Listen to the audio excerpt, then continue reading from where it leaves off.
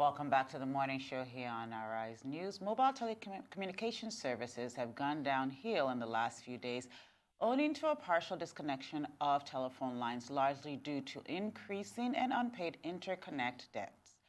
Joining us now to speak further on this and the solutions underway, amongst other pertinent telecommunications matters, is the president of the Association of Telecommunication Companies of Nigeria. Good morning and welcome to the show, Mr. Olushola Teniola. How are you? Good morning to you and your viewers. Thank you for joining us. So last week, and there were tons of times that people were making calls, and I personally made calls, and I kept on hearing, this call cannot be connected. And these were people that had either sent me a message, and I just was trying to return a simple call to. It got me thinking, it wasn't raining, there was nothing happening. It got me thinking, what is going on? Can you just, for the people at home, give us some context of what is happening? Why did we experience this last week? And are we in for more? Well, hopefully not in for more, but the reasons behind it, and you set the context in a proper manner, is that the Nigerian regulator, just like the FCC in America, has been trying to get the operators to reduce the debt profile, and that's called the interconnect debt. And that stands at about 165 billion naira. But the composition of that debt really could be a bit misleading. The actual interconnect debt part itself is 25 billion naira. And those owed to the tower companies, which is called the co-location debt, makes the balance of 140 billion. That stood at that figure last year.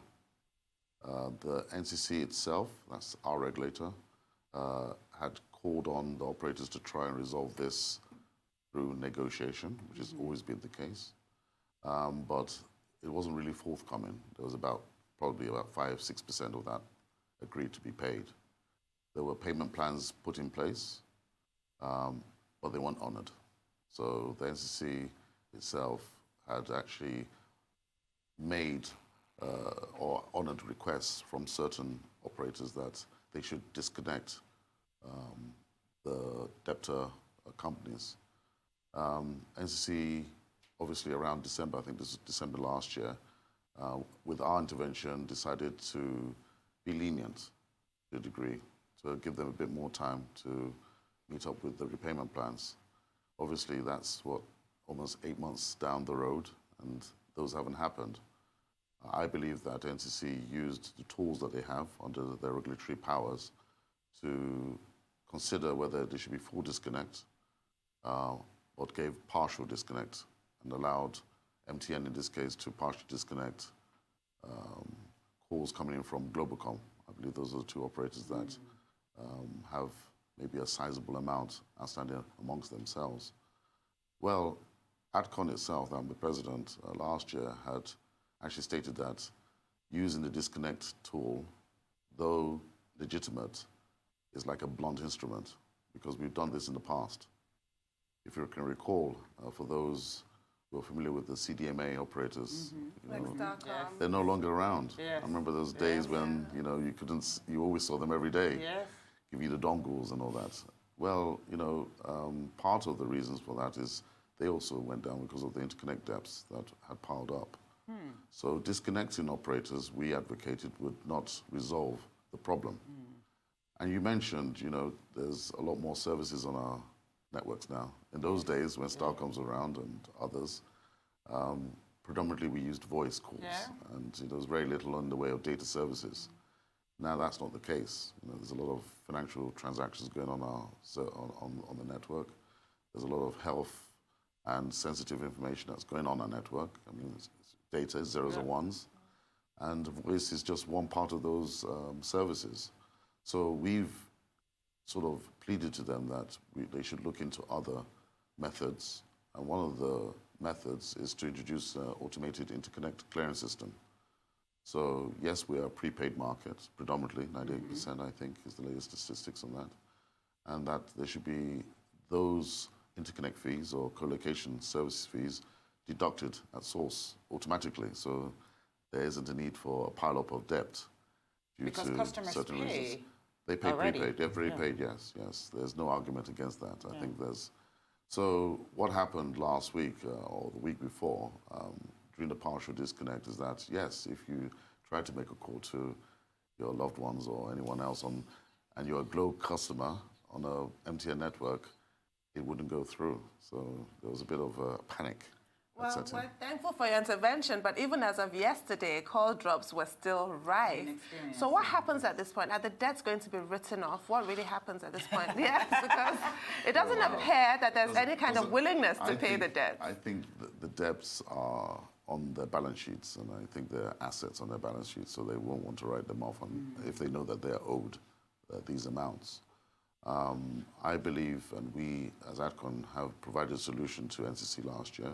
We will resubmit that because we believe that having an automated system, you could also program it's all software at the end of the day. You can program it to take in the previous debts as well as the ongoing situations. So that obviously might take a period of time to catch up, but it's better than doing nothing and continuously using the disconnect regime as a way of forcing them to come to the table to negotiate, which is not clearly working. And in the case of, drop calls, I mean, quality of service is been a battle, an ongoing recurring theme, I think, in Nigeria for the last, since the inception. Yeah. And that's not just predicated on this issue. Obviously, it's made it worse because when you can't get through, you believe it's just call drops. It isn't. It's actually a determinant made by the regulator to allow an operator to not allow calls to terminate in their network. But even if you remove that, there is a call for greater investments in the industry. I mean, we've invested to the tune of $70 billion since the inception of the industry, which is 18 years now, almost 2 years away from 20 years, So if you look at the proportion of the debt to the revenues that the industry has accrued over the years, it's a small percentage, really. It's less than 10%. So this focus on just 10%, and if you look at the interconnect, which is 25 billion out of that 10% I'm talking about, you can see it's not a huge issue, I don't believe. But if operators are having cash flow problems, or especially when you can't make payments on time, then it raises some concern. And that talks to corporate governance, So there's corporate governance issues. There's obviously the lack of investments to increase the number of infrastructure. That's base stations. We need a lot more from the current 44,000. We need up to about 80,000. In the UK, they have 77,000 and a far less population and a smaller geographic spread. So in Nigeria, there's a serious case that we have a huge population, and it's the same population that's on a network that was built with far less population. So there's a strong argument that we need a conducive business environment to encourage those investments to come into the country. And then there's really a need to review the way we regulate the industry. All of the players really are private sector, and their key focus is on revenue and profit at the end of the day, because it's about return on investment. So we need the government to come in and close the gap where it concerns social development, the needs of the people who are less fortunate or poorer, so that the networks can reach them. So Give they us can an also. example of what type of initiative that what would Well, that initiative look like? they've tried some initiatives. I mean, currently we have the InfraCo regime, which incentivizes those to increase the spread of metro fiber networks. But in the past, we've had rural initiatives, the rural broadband initiatives, and et cetera, et cetera. But those, we need more investments from a government perspective. And then we need government to then encourage private sector to bring in more investments to, and that works will build predominantly on the 2G, which is for there voice. Needs to be a matching. They need to increase the capacity. A co-investment into, especially when it comes to rural areas, when it comes to the less fortunate, so that they could have access, really what we're saying, access to data, to a bigger world out there. So that leads me to my question about financial inclusion and the fact that MTN has been granted this super by the CBN, which for me, I thought this is great. Nigeria can move towards our financial inclusion goals. But then you now have this dropped calls issue, which is a stark reminder of service delivery shortfalls that we still have. And then you now get into the reasons why you look at these massive debts. You've said it's less than 10%, but still, the amounts that we're talking about, 165 billion naira, we're looking at cash flow problems. Can telcos really be trusted with our money, is the bottom line. Corporate governance is mandatory in our industry now. And I think that the era of just having a one-man band operation in a very critical, I would call it mission critical, isn't it? It's like going to going to Mars or something, but we're talking about basic telephony, which in some countries is taken as a universal right, you know, like in broadband as a human right. So we haven't got there yet. It's still a privilege to have a service delivered, which is where we need to move from being privileged to being a basic right. So your point is right. I think that the next era for the industry is that we have a regulation that focuses on the sanity and the stability of operators in the sector. We as an association, we have a code of conduct, but I mean, it doesn't verge into the details of how you operate your business. So I think that the focus for the regulator or any regulator is not only the competitive side of the market, but also how the operators are actually shaping up and what help or assistance they may need to ensure that there's stability of service delivery, as you pointed out, and to ensure that there's also ubiquitous of not only voice but data. Because as you know, I think that everyone takes it for granted now, the internet is the new gold or black gold. I mean, and if we need to play in that space and ensure that we are keeping up with the trends, then we need that investment. And unfortunately, that investment doesn't come easily, especially with the current economic situation we find ourselves in. Let's talk about investment into the industry. I mean, you've mentioned it more than 3 times in your comment. Very important. One of the things that the critics of this said is that the MTN experience that happened a few years ago has been a deterrent for external investors to come into Nigeria and invest in the sector. Where do you see the biggest opportunity for investors? Do you believe that there's something that the government should be doing to attract more investors? And also, what is the role of local investment in this part? I think that's where the elephant in the room is. I mean, you've highlighted the domestic. Domestic investment, to be honest, lags behind foreign direct investment. I think that if you look at any economy in the world, the incumbent operators, I mean, we take it for granted. You can pick up a phone in any of the advanced countries and it works. So domestic investors really is way behind the foreign direct investment. I think that when you look at the telecoms industry, it's very capital intensive. I mean, I know that we have to look at our situation without our incumbent, which was Nitel. That should have built the building blocks of the industry.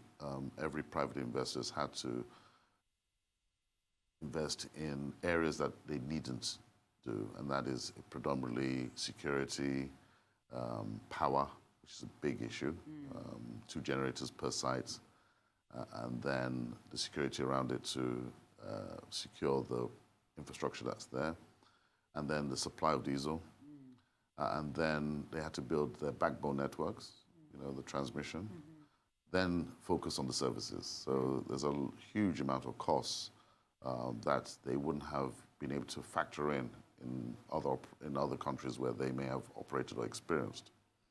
And because then that would have been built by by the incumbent. By the incumbent, by the government, normally, which was a government parasital, and it is usually from consumers' taxes, like AT&T or British Telecom, for instance, for those who are familiar with those 2 operators. And then you also have to factor in a very big one in Nigeria, which is that we are facing quite a number of taxes, and those taxes amount to a number of 39 now, which at every stage you're battling with. You know, so as an investor, it doesn't encourage you to invest, you know, beyond what you would expect. And in the case of the leading operators, they've been somewhat surprised. I mean, the huge demand was pent up because of the demise of Nitel. Anyone who came in and was able to offer anything was better than nothing. So therefore, the quality of service issue that you talked about was extraordinarily poor for a while. But then subsequent investments required is to expand capacity. And those really needed justification, especially when you're facing competition. And without a competition SAR, then you tend to find that investments will come in, but they will come in based on data, and that's marketing data and analysis. And the data itself, in terms of bringing in capital, would suggest that the country's risk is very high. So then you tend to have those that invest, they will invest for the short term. So the typical domestic investor that we've had would expect, return on investment in 3 years, which is really equity type investment for private equity, which the industry is not at that stage of its involvement. They need mature, patient, stable capital. Well, when you look at the World Banks of the world, they don't really focus on ICT. It's really on social development programs, and ICT is not one of those. So really, Nigeria has been caught in a web where if you can't attract the private investors, who else brings in needed capital? I just want to ask you a quick question about World Bank. With the increasing and changing role in relation to development, is there a case to be built there? Access to capital through development banks like IFC and World Bank? Yeah, there is a case, but it would be back on other initiatives. For instance, reaching the poor or reaching children under 5 who are malnourished and things like that. If there's an ICT component, it is to enable communication on those programs, but not ICT per se on its own. As a standalone, but financial inclusion, like she said. That is a good one, and you will see some initiatives, but again, it's not the type of capital. Not the type of capital is required. Right. So you have a PPP. So you're right. MTN being given a license, for instance, but this is after many years of it being bank-led, and it didn't succeed in terms of financial inclusion. So you now try the telco-led approach, which is what they have in Kenya, and it might succeed. Well, you have to really look at the nuances of Kenya against Nigeria. One of the things about Kenya, they still have the incumbent operator still around. We don't. Not for long. That's correct. They've now merged with Airtel. We shouldn't be giving too much away, should we? And then in Nigeria, for instance, there's still the dearth of infrastructure. So you want a service that's affordable, accessible, but the infrastructure itself has to be paid for by who? And what's the business case behind it? So it'll be very interesting to see how MTN is able to penetrate further beyond their network coverage to those that are really excluded. And we've done some analysis, and it's been verified by NCC that we have up to 192 market gaps, which equates to about 20 to 30 million Nigerians who've never made a voice call, which is surprising in 2019. Can you repeat that? I'm sorry. So we have up to 192 market gaps, which equates to 20 to 30 million Nigerians that have never made a voice call. Ever? Never in 2019, and I can't believe that. It's just mind-boggling. Yeah. So there is obviously an issue that isn't being addressed. So when you look at the data, we have to really think, okay, how do we address this? And the World Banks, unless they see another program that is about moving them out of poverty, they won't do an obvious standalone telecoms network rollout to those citizens because they believe that the PPP model is much more important. But the P in those 3 Ps is really focused on private sector. Yeah. So it comes back to government then stepping back, creating a conducive environment, a truly conducive environment, given the incentives. I know that there are some grants, but more than over and above grants, remove multiple taxes, multiple regulation, allow the services to be deployed at the lowest cost for these operators to see it as a means to a return on investment. So it's a balancing act. But I do have to admit that when MTN got this license, I was one of those who thought, yes, we're going to have that M-Pesa model, just come and move seamlessly into Nigeria, and it's all going to be great. But you have highlighted some slight challenges that might occur. So it's not going to be that seamless as one imagined. I don't expect it. It's going to be a challenge. Is it going to stop them coming up with innovative solutions? No, I think it will. There'll be some surprises, some great experimentations that they will do in certain cases, but what we don't want is that they start to deploy these services in the golden triangle, i.e. the givens, Lagos, Abuja, Port Harcourt. Same story. Exactly. I mean, and so that means you just address literally, the unbanked. yes, and the unbanked really are outside those In the rural cities, areas. in those, and that's so that's going to require the infrastructure, the basics, and the building blocks that's required to reach them. Oh dear. And it's going to be affordable.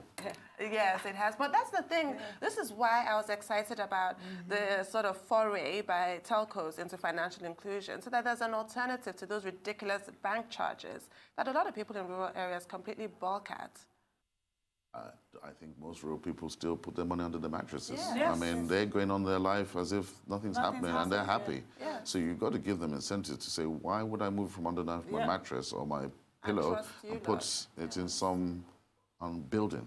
That's, so I guess there's the demand side and the educational side as well. But to be fairly honest, I mean, building blocks now in a bank structure in a rural area, I don't think that makes business sense. No, So, I don't think they're going to. there's not going to be any more. So the mobile buildings. device is a great tool, and I think we're just scratching the surface. There has to be a lot of innovation, not just your basic bundling of voice and data bundle, and you run out of data, you think, what's happened? So there has to be some level of productivity on these devices. So I think it can't just be a bank-led initiative. It has to be a combo, in my experiences. Banks have something to offer, but the telcos also have something as well. Not just, I'm better than you and I can beat you at the game. I think that would just not result in anything. I think that the M-Pesa experience is all about collaboration, and I think we should take a leaf out of the Kenyan experience and drive it to its fullest, and then we will achieve a huge financial inclusion. But if it's just one operator trying to do it all, it won't work. No. When data like this comes up, that there are 20 to 30 million people who've never made a voice call, and you put that data out there in the world, are you getting calls from people? Because to me, it's like, this is insane that there are this many people that haven't made a voice call. To me, that's a huge opportunity, especially since we also are in a country where we have companies like Etisalat, Nine Mobile, facing huge financial challenges, especially when it comes to revenue, debt, and it comes to new customer acquisitions and what their ARPUs are. What is the real opportunity, and why do we still have companies like Nine Mobile struggling? Well, it's not just Nine Mobile. I gave you examples of CDMA operators. You did. And ISPs as well. Yes. So it's not just, can't pick on Nine Mobile. I think that we're not picking on them, but they're in the headlines. There were corporate governance issues around Nine Mobile, and I think that the Emiratis are running a successful Etisalat operation outside Nigeria. So that shows you that there's an issue with Nigeria and the structures and the way we do business, and that's something we should always improve on. I think that if we come back to the realities, 20 to 30 million could grow. Our population is growing much faster than our GDP growth rate, and that's the reality. So we're actually having more Nigerians born into poverty, and that's the reality. So it's not about the fact of technology, it's actually the people. So we need to have a digital strategy formulated by government. So there's an acceptance that, you know what, we're not in the analog world. We're no longer in 1950 or 1910, because some people still think 1910, 1950 in this country. So that's dangerous. That's dangerous because you're talking about the haves and the have-nots. The haves are already familiar. One could say we're more westernized in certain parts. Okay, that's fine. And then you have to challenge that part of the community to now become very productive. It's all about efficiencies. Sure. I mean, you don't really need a Facebook account. You don't really need social media to be better. But let's just say you live in a virtual world. But it's there for a reason, and it has proven to improve GDP. So they say every 10% increase in broadband penetration leads to a 1.3% growth in GDP. So that's statistically been done. And that's been done by the World Bank and ITU. So that's been proven. And there are cases where we can bring in certain services that will improve your lives. And that's what we're all about, quality of life. But it's those that don't know anything about this. And that really is government's responsibility. Because a private entity is not built to really just do social programs. I mean, they're not built that way. They can do corporate social responsibility, but that's as far as it goes. And there's a limit to how effective the impact can be. The leadership needed in broadband penetration, in reforming telecommunication, and that leadership has to come from the top.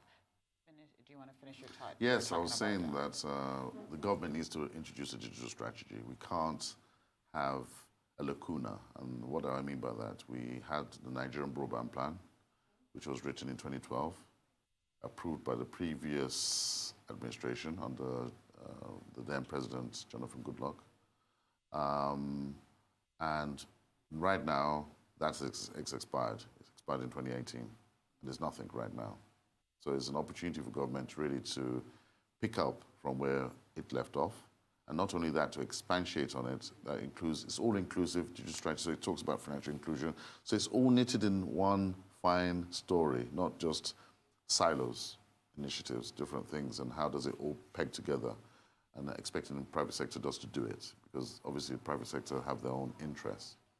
So once we've had that, then there's an opportunity for the country to rally around, both from education.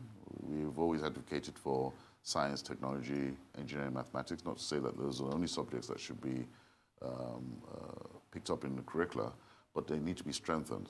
Why do I say that? I think that when you look at the future, and it's a future that's already begun, you have electric vehicles, EVs, now plugged. There's a lot more of them in Europe, and so you can see that the technology behind that is now moved from early adoption to early majority, and it will get into mass market. You look at robotics, again, it started in Japan. You can go into restaurants now and you're served by robots. Well, please, let's not think that it's only going to happen in Japan. It will now come across the world. And then you have machine learning, you have artificial intelligence, you see what they're doing with the OTT players. They're doing some really great stuff with data, big data. And then we're just consumers. That's dangerous. That is very dangerous because it requires vision and leadership now, not after it's happened. Then you start thinking, but where were we? And I spoke about being in 1910, 1950 thinking. It shouldn't be 1910, 1950 thinking. It should be 2050, 2100 thinking now. So that the short term is leading towards the long term. Otherwise, what we have is no plan. And I think if you look at the demographics of this country, majority of people are below 35. It is a very, it's definitive, and it's going to be like that. And you have actually more women than men. So you said, where the women in ICT? There should be a huge advocacy around that. And then where the youth who are driving this? It shouldn't just be myself. I'm above 34 now. Yes, but I've been in the industry much when I was a young teenager. So, and we don't see that. We see mixed messages.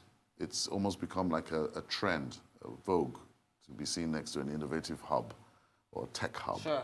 That's not. But the sincerity is not there. It's not there. It's not there. It's very thin. We talked in the break, we just mentioned in the break about the ministerial list, and there was like 7 women out of 43, not 1 youth. Still on leadership, though, I know another intervention of ATCON's recently was with regard to NCC's plan to demolish almost 700 telecoms mass base stations. Can you talk more about that? Yeah, the one about women has always been an issue in our industry. If you look at, even in the private sector, we don't have as many women in ICT as you have, probably in the public sector. So that's something that I think we as a nation have to address. And I think in other countries, they also have a disproportionate amount of men going into these areas of development. But something that we got to address because we have more women than men. That's a fact. In the area of destruction of infrastructure, there's 2 sides to the coin. There's one where you have government trying to encourage investments into the country. Then you've got another arm of government basically blatantly saying we're going to destroy. So you get mixed messages from government. And it's when you look at it, you unmask it, it's all about revenue generation. They're looking to increase their revenue.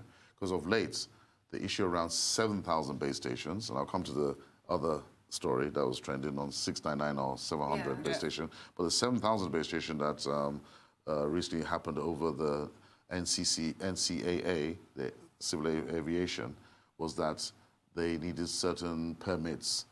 Well, the permits were there, but they wanted it across all those towers. So you can see that that was, in my opinion, really about revenue generation because those towers still stand and they haven't been demolished right now, even though there's a deadline. So it's more of a threat. If you pay us, we will leave you alone. So if you don't pay us, we will destroy. You know, so that's multiple regulation. There's a mixed message that goes to investors in that. In the case of the recent announcement by NCC saying that there are towers that have been left by defunct companies, and what do we do about that? Because actually they are no longer being maintained, so they become a danger of health and safety risk to the ordinary citizen. That's something that they need to address. I would have thought that they would also use some of the funds that they have, that's the USPF fund, to assist in maintaining those towers. Why do I say that? Nigeria doesn't have high towers like in America. We don't have skyscrapers, or we're not fortunate to have these high-rise buildings that are everywhere in the country. We have low-level buildings, maybe 2-story, 3-story is the highest, you know, but that's still low level for the signals to go. So you need some form of structure to be able to put communication antennas and equipment to be able to communicate. So towers will not go away. It's just that we need a maintenance culture to ensure that those towers remain stable and reliable, robust enough to last a lifetime. And a lifetime of a typical tower is 25 years if they're built correctly and maintained properly. And I think the emphasis should really be on maintenance, not just destruction, because you're going to have to rebuild anyway. And who rebuilds? Who rebuilds, indeed. So yes, when they're demolished, then who's supposed to bear that cost of rebuilding? That's one for government to think about. Because if you destroy, it's very unlikely the investor will come back and build it. Highly unlikely. Because they will say, okay, where's the courts? Yeah. Where's the law that told you? And what chance am I going to get compensated? It's such a huge concern in this industry that property, like you just rightly called it, the papers reported it as, you know, they were going to demolish these outmoded, abandoned structures. But you actually just called it what it is, destroying infrastructure. Yeah. That's exactly what it is. So it's something, again, they have to rethink. If companies are failing, why are they failing? Really look underneath that and then solve the problem. Then you won't need to destroy infrastructure. Yeah. And then if they're under pressure or they're going through a tough period, are there any facilities to assist them to continue to remain? Because we're talking about a very critical part of our economy. It's now an enabler. I think most people now, a lot of people have more of an attachment and relationship with their phone than human beings now. And that's reality. That's not just something from science fiction. That's a reality. And we cannot just say, well, we'll destroy everything and go back to where? 1960? That's frightening, frightening reality, because I don't think people even know how to do things as manually anymore. It's all on the device. And they can't think of the old days when they used to queue up in Nitel to make a voice call. Wait for a dial tone. That might come after 3 attempts. You know, so I think we've gone beyond that. Yeah. And we have to think of positive solutions to real problems, because problems will always exist. Sure. And the easy one is, oh, just destroy is not a solution. So what would you like to see NCC do with these abandoned structures? I would like NCC to approach those that are co-locating on those towers to see if they can negotiate with them to jointly cover the cost of maintaining those structures, strengthen them, if whatever is required to ensure that they are maintained, because those towers are being used for a reason. If there's a high-rise building, then you wouldn't need towers. But there aren't high-rise buildings. So let's think of solutions that keeps the growth of the industry and the development of our society. Unfortunately, we have no choice. It's going to be the digital age, digital warriors, so that our children can have an inheritance that they can now build upon. Otherwise, they'll have to start from scratch. Something that came up in conversations with you just now is corporate governance in the industry, especially in the private sector. I wanted to ask you, number one, what is the biggest challenge the industry faces around corporate governance, and how does a company like MTN listing start to set the pace for proper corporate governance? Because once you're a listed company, there are also just regulatory and industry things that you have to do that actually makes you much more compliant as a company when it comes to corporate governance? It's a very good question. I've had opportunity. I've worked more abroad than in Nigeria. I've been here almost 10 years, well, 10 years this year. And one of the things I've noticed in my career, and I've run companies outside the country, is that when you have a predominance of entrepreneurship, that's not a bad thing. But there's a reality to any industry. If you break down the oil and gas sector, you tend to find the technicalities of it is foreign. Well, I think in majority of our sectors, that's the case. The equipment is built outside the country, whatever machinery, whether it's mechanical, electronic, or digital. So you need expertise. So there's an opportunity for diasporans to come back if they have got those expertise, because that's where the original equipments are built outside. So they go into companies that they might be in research and development, marketing, regulatory, or whatever environment they've come from. So then you come with best practices. Why? Because those countries have gone through the pains of building companies and then leaving a legacy, for instance. Well, if you're leaving a legacy, there's certain processes and styles of running a business, and corporate governance is one of those tools that helps you drive yourself towards that. Not that it's the Bible, but it tends to have practices that states that mistakes have been made. This is the way to avoid the mistakes. So it's a quick way to learn and build very profitable and stable and companies that will outlast you. So we're still in an area in our sector where it's still young. It's only 18 years. 18 years. Oil and gas has been since 1956, so they've had a bit longer to go. So local content in our industry is still at its infancy. And what do I mean by local content? What transfer of knowledge has been given to the locals who have built companies that are small, SMEs that need to grow, as opposed to the multinationals that have come in with already set ways. We're going to have to say thank you to you, but this was really, yes, this was such an insightful engagement. Thank you so much for being here today. Thank you.